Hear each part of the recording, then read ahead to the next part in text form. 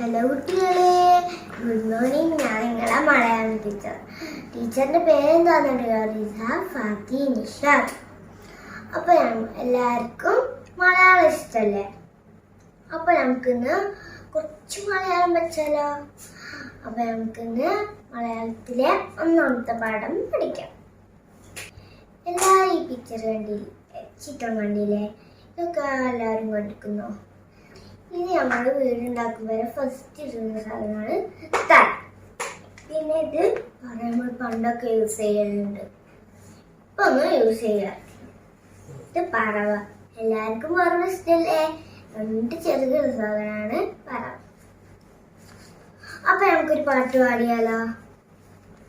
ഞങ്ങൾ തറയിലിരിക്കുന്നു, തറവറ തറവറ പാടുന്നു, പട്ടപ്പട്ട പട്ടപ്പട്ട ചെറുകുകൾ വീശി പറവകൾ പാടിപ്പോകുന്നു. എല്ലാവർക്കും ഇഷ്ടമില്ല പാട്ട്? അപ്പൊ ടീച്ചറിന്റെ പേര് ഒന്നുകൂടി പാടിയേക്ക. ഒന്നുകൂടി പാടാം.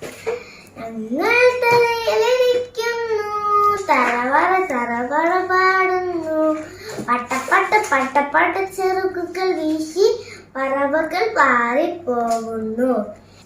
എല്ലാ കുട്ടികൾക്കും പാട്ട് ഇഷ്ടമില്ലേ?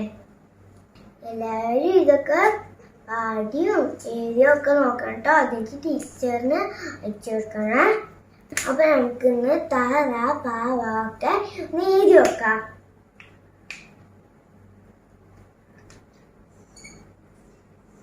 ഇങ്ങനെയാണ് താഴുന്നത്.